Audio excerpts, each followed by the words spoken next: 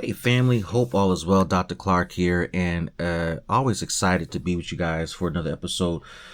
Curious, what are you working on today? What are you building today for your business? What are you creating today for your business? For me, we are finalizing a presentation for a customer and introducing a new product to them. That we believe is going to be helpful to their needs, to their vision, to their goals.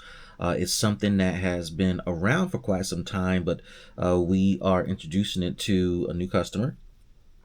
And actually, we're introducing it to a series of customers who we believe, we can help. And we are excited. This is a big moment for us. This is a moment where we are taking kind of that next step in our business.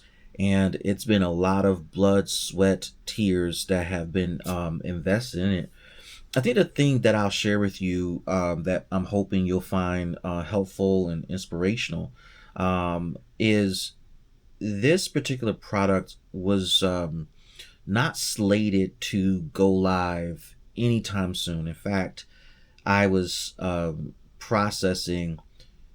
I literally earlier this year made up my mind we're going to go live with that product over the next 3 to 5 years because I wanted to make sure I understood the change we were making and the shift we were making, what we were creating, even though it existed in internal format, in an internal format, but it really wasn't created for external customers. But it got good, it got better, we got better, and I think the biggest thing I'll share with you that is probably more important, the client demand presented itself a lot faster than I anticipated or expected. When the opportunity presented itself and it was clear to our team that this is something that is legitimate, it's something that we can certainly respond to and take advantage of, the response couldn't be anything else but let's go. We moved forward. One of the concerns I had and why the other concern I had and why I wanted to wait 3 to 5 years was to make sure I had the budget in place to design, to develop, to create, to ideate.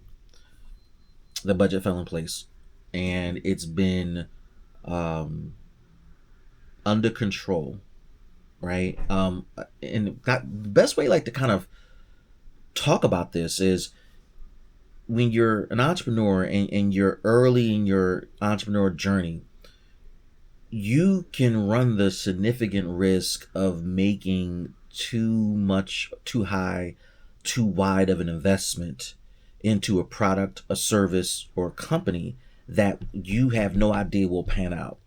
Um, and it is no guarantee that it will grow or become what you imagine or hope it will be.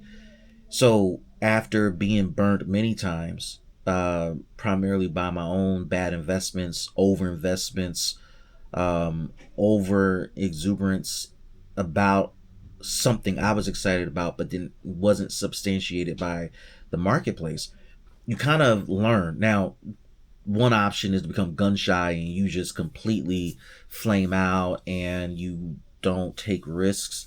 The other option is you become smarter. You become better at risk management.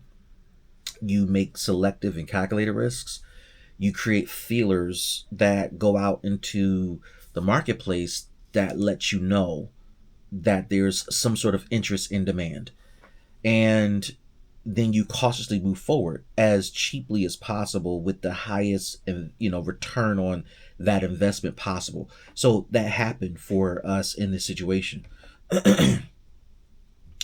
And we started creating. I will say that this product, as I have mentioned, existed in some form over the years. And so I've invested time. I don't think I knew I was going to get to this point. That wasn't the focus. But I invested time. I invested years of research and development.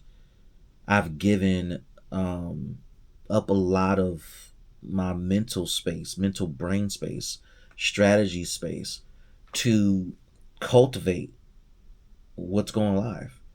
And you can hear the part of the story that says we wanted to go 3 to 5 years out in January 2026.